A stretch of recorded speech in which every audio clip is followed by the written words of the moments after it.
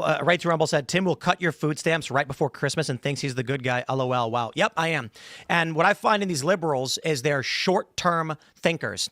They don't plan ahead. They don't plan for winter. And the systems that have been built by these people have been gutting and destroying this country. And now we're at the rock and the hard place position where maybe we need to do it now to avoid a long fall later. Alright guys, in this video we're going to be looking at a video by Tim Pool where he tries to convince me and I guess all his audience that are also bots that it's actually a good thing that Americans are starving on the street and why we should get rid of food stamps, I guess. And I think it's so weird how he's so giddy about getting rid of food stamps because he knows it'll affect federal workers even though they're American. And this is the guy who says that he wants to put America first because that's what Donald Trump wants to do. But it always seems like Donald Trump's policies always affect Americans in the worst possible way, so it is kind of a weird dichotomy. I don't like the idea that people get this ripped out from underneath them, a rug pull at the last minute.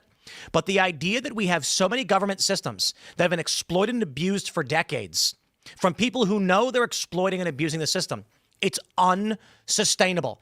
Every single day, the socialists say we deserve more of what you work for. At some point, you can't take from someone who has nothing left. At a certain point, you take too much and people stop working. So I don't know how many people actually buy this fiscal responsibility talking point, because if you really care about the national deficit, you would see that Trump is actually the one that's added more to the deficit than any other president has before him. And he did it when he passed the big, beautiful bill, which is going to cost the taxpayers $4 trillion over 10 years. But Tim Pool doesn't really care about that because, I don't know, I guess since it's Trump doing it, it's for America. And the Republicans don't actually care about fiscal responsibility. The only reason that they say it or they use it as a talking point is because they have the vibes as a fiscal responsible party, but that's not even the case. Because the party of fiscal responsibility shouldn't be taking $300 million from the Justice Department just because the president said so. That's not how we do things in America, but I guess this ain't America anymore. It almost feels like we're in North Korea trying to please our president the best we can before he executes us or puts us in a concentration camp and we never see our family ever again. While he's sitting on his throne eating Happy Meals and gaining 800 pounds and we just watch and starve because he took away our food stamps.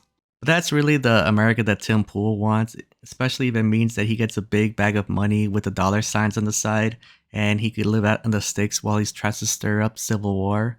The system's unsustainable. Zoran Mamdani's in New York saying, and I love this, we're going to make the buses free and we're going to make the buses faster. And I got a question for you guys. Why are the buses slow in New York? Does anybody know? Oh, yeah, because they're weapons of mass destruction, and there's too many cars and people. So, okay, so hold on. He said the buses, we have the slowest buses in the country. So that kind of implies it's not an issue of traffic, right? Because traffic for traffic, he's saying the buses are slow. Why aren't they going faster? I have Could it be some kind of, perhaps there's a limit on the bus of some sort? Because of science, you mean? Could there be a limit like on the speed of the bus relative to all vehicles in the city? If anyone out there is 25 miles an hour? driven in New York City, you know the buses don't go slow. I mean, you have to watch out for the buses. They're crazy. It's the insane things these people say that mean nothing and make no sense. Buses can go 60 miles an hour. The reason why they don't in New York is because the speed limit is 25. Yeah. So he's like, we're going to make the buses faster, and everyone cheers. And he may as well say, Red Bull gives you wings. You know what I think he means? It's a meaningless statement. Then he goes off talking about Zoran Mamdani, saying how he wants to make the buses fast and free. And just to remind you, Tim Pool is the guy who says he doesn't like playing semantics. And here he goes playing semantics because when he says fast, we all know what he means. And even his own co-host kind of ruins his joke, I guess, if it was a joke. I don't know what it was. But it was just supposed to be like a bad straw man, and no one was able to pick up on what he was trying to get at because the straw man was just so dumb that everyone was just left speechless, not knowing what to say. But then when he was done with his monologue, everybody was forced to laugh because everybody knows that if they don't laugh at Tim's jokes, then they won't be invited next time and they'll just be left out to dry. And it's not the only time he's done this before, but he did it again in this podcast where he said something so extreme where his co-hosts didn't know what to say because they didn't want to be seen like as monsters. But here, Tim Pool, he says it, and he's like, "It's a good thing I'm not running to be a politician because I wouldn't win." So let me ask you guys, just, how many of you want the benefits to just run dry instantly on November 1st? I don't. You don't I want want them to be stripped down from people who abuse it, but I do feel bad for the families. I know there's no way to do no it. way. So considering there's no way to figure out who's abusing and who isn't, you're still okay with keeping it? It's a hard one, dude. I think of all these people who live paycheck to paycheck, and people are suffering really bad. You think keep it, Bricksuit? Not having it run out cold turkey is just not a good situation. So if the government can find some way to fund it, creative financing, it's going to be cheaper to keep it funded than to initiate the cure if violence breaks out. Which is why I'm pretty much on the same page, which is why we have to remember this is the Democrats' fault for keeping the government shut 100%. down by not making a deal. So you guys think we have to keep it?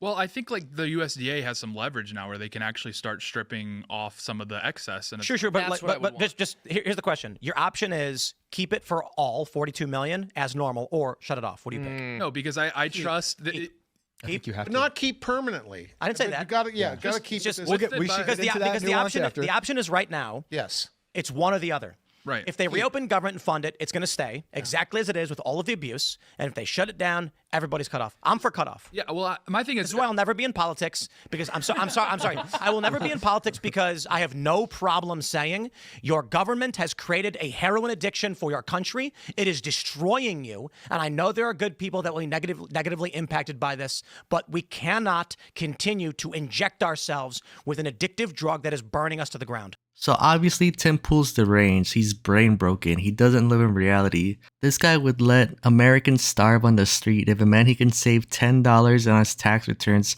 from whatever blood money he got from Russia or Israel or whatever foreign country's paying him to talk about civil war all day long.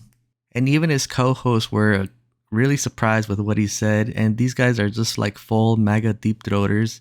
Like you have the My Pillow guy who sells pillows for Trump, and you have this guy who makes weird cartoons about Trump, and this guy who's just crazy. But even so, all these guys still had a little bit of humanity, saying, maybe we shouldn't cut all the food stamps for every single person if it means that they're gonna starve.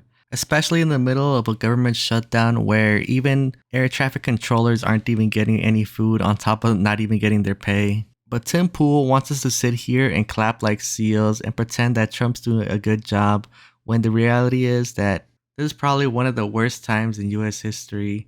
But that's all I got, and I'll see you in the next one.